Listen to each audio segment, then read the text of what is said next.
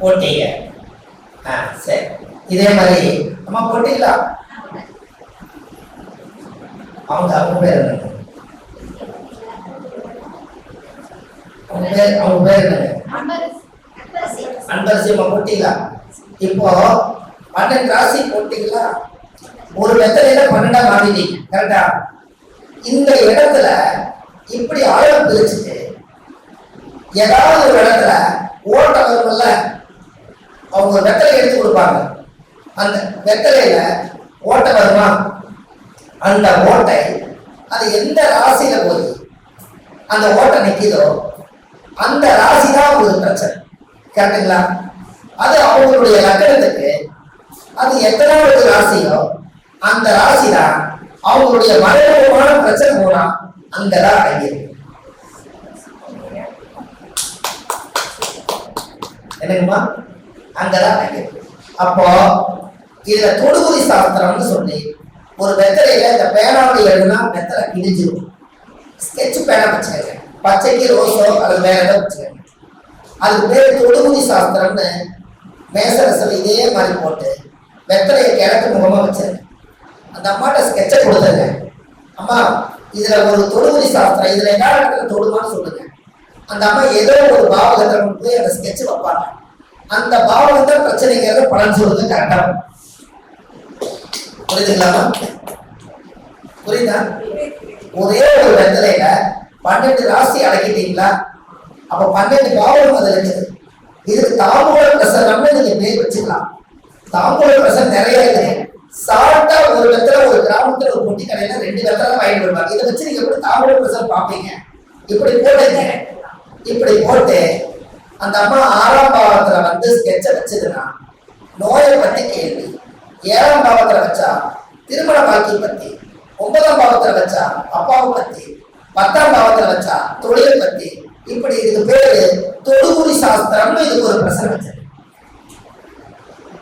இன்னைக்கு உங்களுக்கு தொடுகுறி சாஸ்திரம், தாம்பூலத்துல தொடுகுறி சாஸ்திரம் இது போதுமல்ல?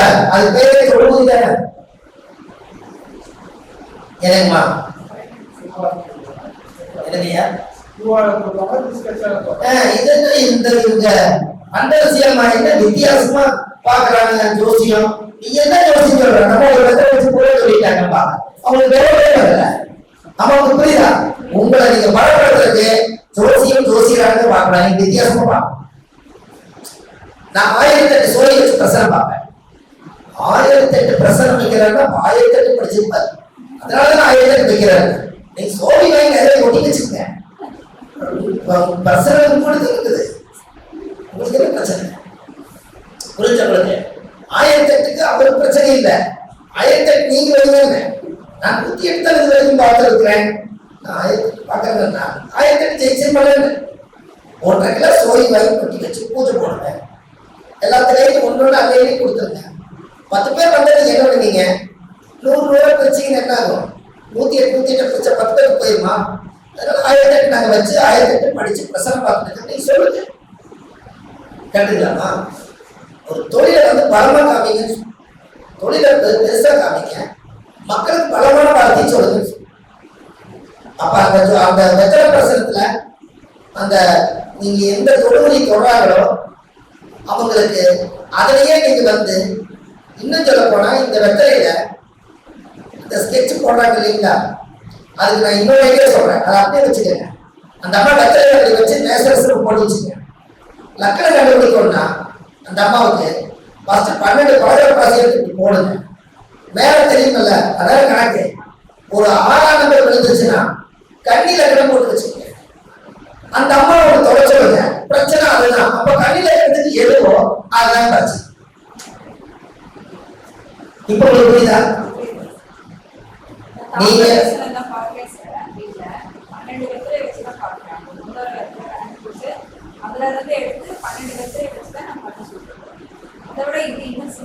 ரொம்ப சிம்பிளா எங்களுக்கு எல்லாமே ரொம்ப ஷார்ட்கட் தான். ஏன்னா சீக்கிரமா ஒரு விஷயத்தை கத்துக்கணும், சீக்கிரமா ஒரு விஷயத்துல இருந்து பலன் எடுத்தோம். அப்ப இதை வச்சு நீங்க இந்த பலராசி இப்படி போடும் போது என்ன லக்கணம் வருதோ அந்த லக்கணத்தை தூக்கி அவங்க ராசி கட்டம் ஒன்று போட்டு வச்சுக்கணும். இந்த வெத்தலையை வச்சு ராசி கட்டம் போட்டு லக்கணத்தை வச்சு அந்த மாதிரி எந்த பாவம் வருதோ அந்த பாவத்தை இன்னொரு மைனஸ் வச்சுக்கணும். இந்த லக்கணத்துக்கு இத்தனை பாவம் அடிபட்டுருக்கு, இதுக்குண்டான கோயில் போயிட்டு வந்தோம், இதுக்குண்டான பிரச்சனை சொல்லுங்க, இதுக்குண்டான வேலையில முடிச்சோம். அப்ப வித்தியாசமா பாக்குறாங்க அப்படின்னு நான் எதிர்பார்க்கிறேன். தீப பிரசன்னம் அப்படின்னு தெரியும் உங்களுக்கு?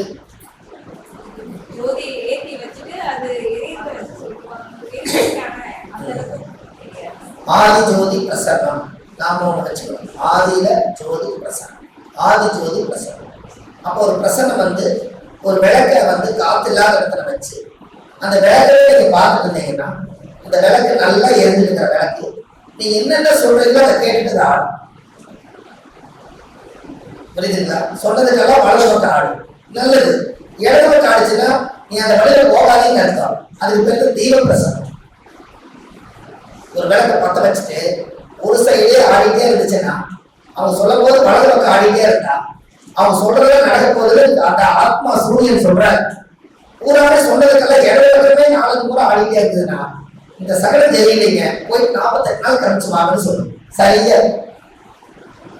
எப்படி? அப்ப இப்படி எல்லாம் ஜோசியத்துல சொல்லலாம். அப்படிதானுமா? என்னங்கம்மா? நிறைய விஷயங்கள் சோழி பிரசன்னம், தாம்பூல பிரசன்னம், அஷ்டமங்கல பிரசன்னம், சொர்ண பிரசன்னம். சொர்ண பிரசன்னம் என்ன? சொர்ணம்னா தங்கம்.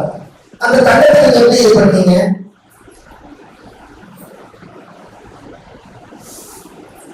அந்த தங்கம் ஒரு குழந்தை கூடிக்கிறாங்க, குழந்தையும் தெய்வமும் ஒன்று கரெக்டுங்களா?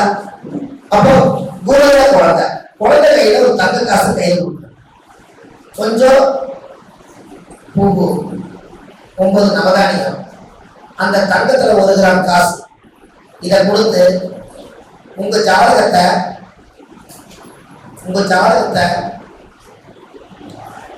3 முறை அந்த ராசி கட்டத்தை சுத்தி வச்சிருந்த அந்த குழந்தைய அந்த சோரணம் பூவு எல்லாம் சேர்ந்து அந்த குழந்தை எந்த ராசி கட்டத்தை கொண்டு போய் வைக்கிறதோ அதுதான் லக்கணம்.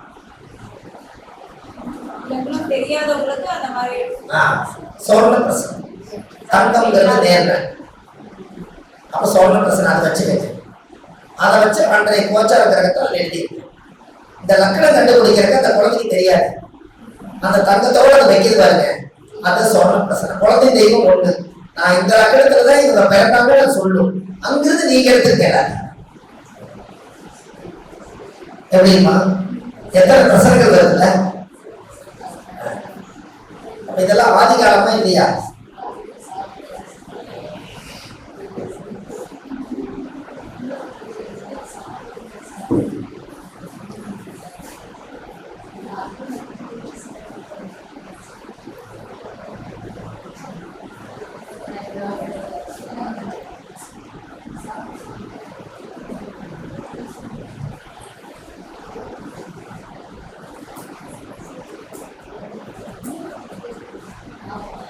நேரம் போல தெரியலன்னு நினைக்கிறேன்.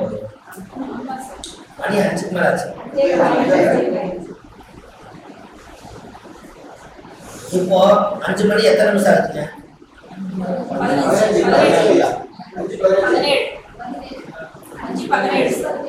5 மணி 17 நிமிஷம்.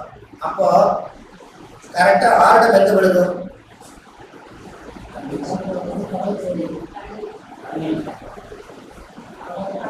மேசத்துக்கு 1 கடகத்துல விழுகும். கரெக்டுங்களா? 17 போது எங்க விழுகும்? கடகம் விழுகும்.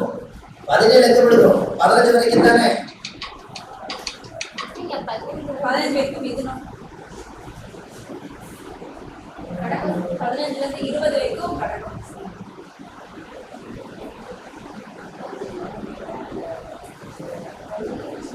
நீங்க கடகத்துலதான் இருக்குது. கடகத்துல புனர்பூச நட்சத்திரம் 17 நிமிஷம்னா 15 கழிச்சிருங்க, 2 நிமிஷம் தான் இருக்குது. அந்த 2 நிமிஷத்துக்குள்ள புனர்பூச நட்சத்திரம் தான் நிற்கும். புனர்பூச நட்சத்திரத்துக்கு அதிபதியா குருவுடைய நேரம் என்ன?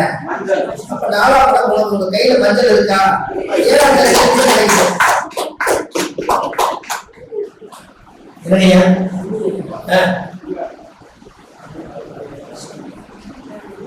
இனிப்பு அதிகமாக இருக்கு. இன்னும் அதிகமா இருக்குது எனக்கு அம்மா சரியா? அப்ப எல்லாம் பார்க்கறது, கேட்கறது, ரசிக்கிறது, ருசிக்கிறது எல்லாமே ருசிமா. அப்ப நான் வேலையே இல்லாத போது நம்ம இதை தெளிவா செய்யப்படுங்க. கேட்டுங்களா ஐயா? அந்தி சாயி பொழுதுல இந்த நேரத்துல நம்மளுக்கு வந்து ஒரு அருமையான ஒரு டீ கிடைக்குது. அந்த டீ வந்து ஒரு பெரிய விஷயம்.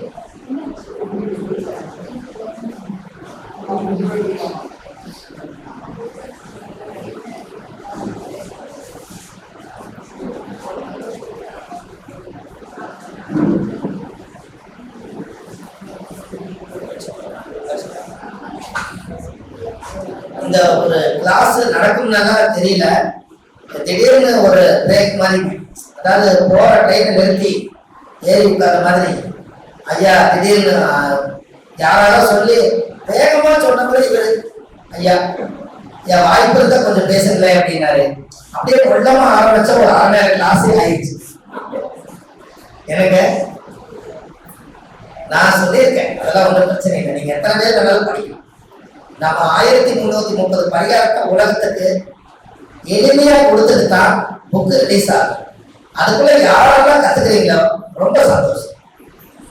நாளைக்கு நம்ம ஏதாவது ஒரு மீட்டிங்ல சந்திச்சாலும் கூட ஐயா இந்த மாதிரி நான் சொன்ன பரிகாரங்கள் எல்லாம் நான் நிறைய சொல்லி நல்ல பேர் வாங்கிட்டுன்னு சொல்றீங்களா, அப்ப என்னுடைய ஞாபகம் வரும். அது ஒண்ணு போதும் ஐயா, அது ஒண்ணு போதும், வேற ஒண்ணு வேண்டியது. ஏன்னா அதுக்கு நம்ம இவ்வளவு உழைக்கிறோம். காசு பணம் இதுல இருந்து எந்த இதுவுமே வேண்டாம். எல்லாமே ஒரு நல்ல ஒரு இலவசமா மக்களுக்கு போய் கடவுள் கொடுத்த வரப்பிரசாதத்தை காசாக்க கூடாது.